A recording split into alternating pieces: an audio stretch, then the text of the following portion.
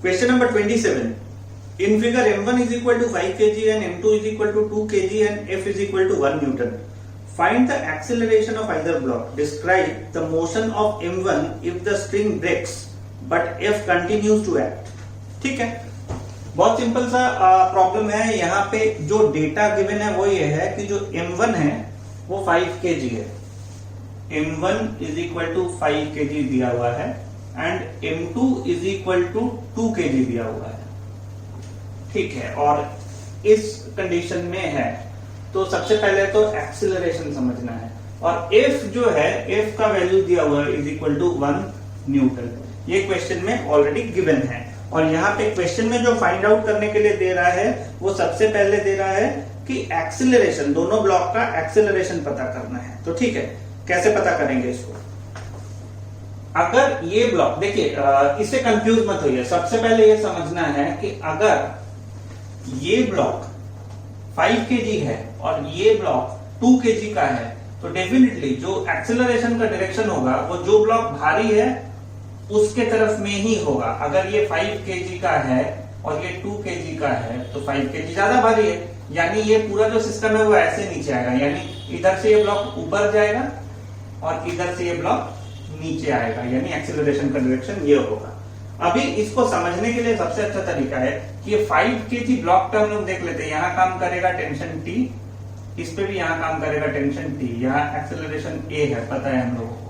तो यहाँ पे एक तो 5 kg ब्लॉक पे, 2 kg ब्लॉक पे सबसे पहले काम करेगा यहाँ पे M2G, और यहाँ पे फोर्स लग रहा है बट यहाँ पे M1G भी काम करेगा। अब इसको सेपरेटली समझने की कोशिश करते हैं। देखिए 5 kg M1 ब्लॉक का केस लेते हैं। M1 ब्लॉक का वेट है 5 kg,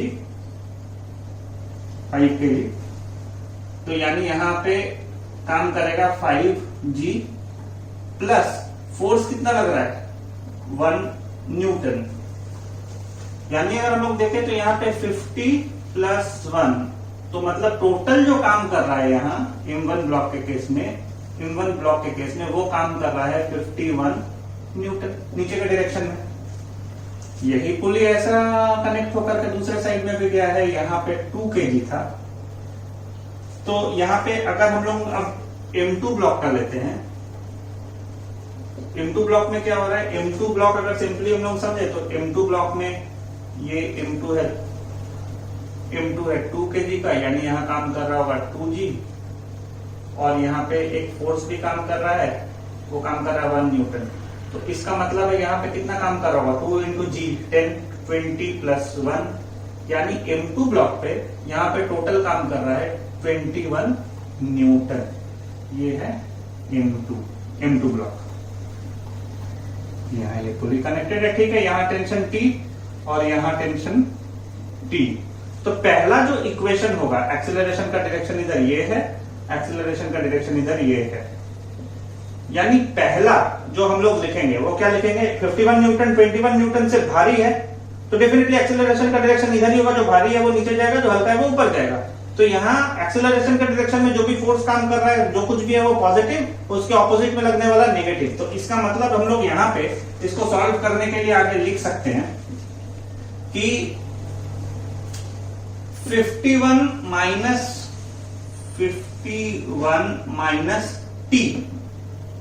T is equal to, यहां मास कितना है 5A, ये इक्वेशन 1। सेकेंड इक्वेशन क्या बनेगा? T, क्योंकि एक्सेलरेशन का डायरेक्शन ये है, उसके ऑपोजिट वाले को negative, T minus 21 is equal to M2 का वैल्यू 2 है तो 2A, तो T minus 21 is equal to 2A।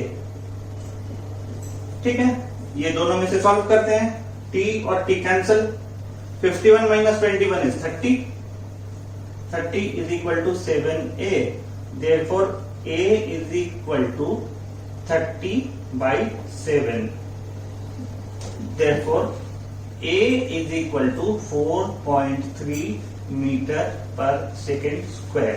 पहला तो सोल्यूशन ये हो गया, यहाँ पे पहला सोल्यूशन आ गया, आंसर आ गया 4.3 मीटर पर सेकेंड स्क्वायर।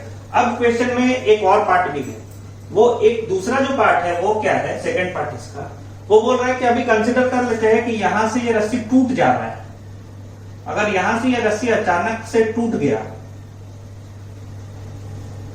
अगर यहां से ये रस्सी अचानक से टूट गया इस पॉइंट से, तो इस पे फोर्स कैसा काम करेगा, क्या काम करेगा? तो जहां ये रस्सी टूट गया यानी टेंशन का कॉन्सेप्ट खत्म हो जाएगा यहां से, क्योंकि रस्सी टूट गया तो टेंशन तो लूज हो गया, ये रस्सी टूट के गिरेगा, तो ये गिरेगा तो इस पे कौन सा फोर्स काम कर रहा होगा, mg। तो यहाँ पे इक्वेशन बनेगा mg is equal to ma, क्योंकि टेंशन खत्म हो गया तो ऑपोजिट डायरेक्शन में लगने वाला फोर्स भी खत्म हो गया, टेंशन खत्म हो गया तो ऑपोजिट डायरेक्शन में कुछ काम नहीं करेगा, ये सीधा नीचे गिरेगा, यानी मास इनटू एक्सेलरेशन के डायरेक्शन में सीधा आएगा। तो इसका मतलब हो गया यहाँ पे m cancel, therefore g is equal to a।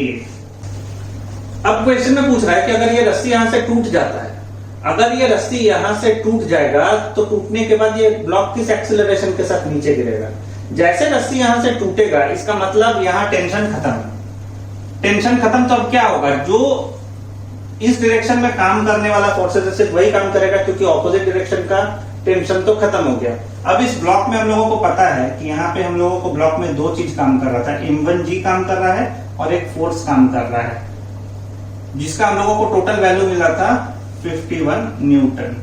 तो हम लोग इसको ऐसे लिखेंगे mg plus force is equal to ma, backward तो कुछ काम नहीं कर रहा है, mg हम लोगों को पता है 5 इंटू 10 g का वैल्यू है, प्लस जो फोर्स काम कर रहा है वो 1 न्यूटन काम कर रहा है, is equal to m 5 into a। अभी जैसे पता चला है कि 51 इज इक्वल टू 5a अगर होता है, therefore a is equal to 51 by 5। तो अगर आगे हम लोग इसको सॉल्व करेंगे तो ये आएगा 10.2। तो a का वैल्यू हो गया इज इक्वल टू 10.2 मीटर पर सेकेंड स्क्वायर, या हम लोग इसको ऐसे भी लिख सकते हैं इज इक्वल टू 10 प्लस 0.2। इसी तरह से इसको आगे हम लोग सॉल्व कर सकते हैं, 10 हम लोग g को लेते हैं प्लस 0.2। तो आंसर जो बुक में दिया है वो इस फॉर्म में दिया है, आप चाहे इस फॉर्म में इसको लिखिए या आप यहां पे आंसर लिखिए, दोनों सेम है। यही इसको सॉल्व करने का सबसे इजी मेथड है।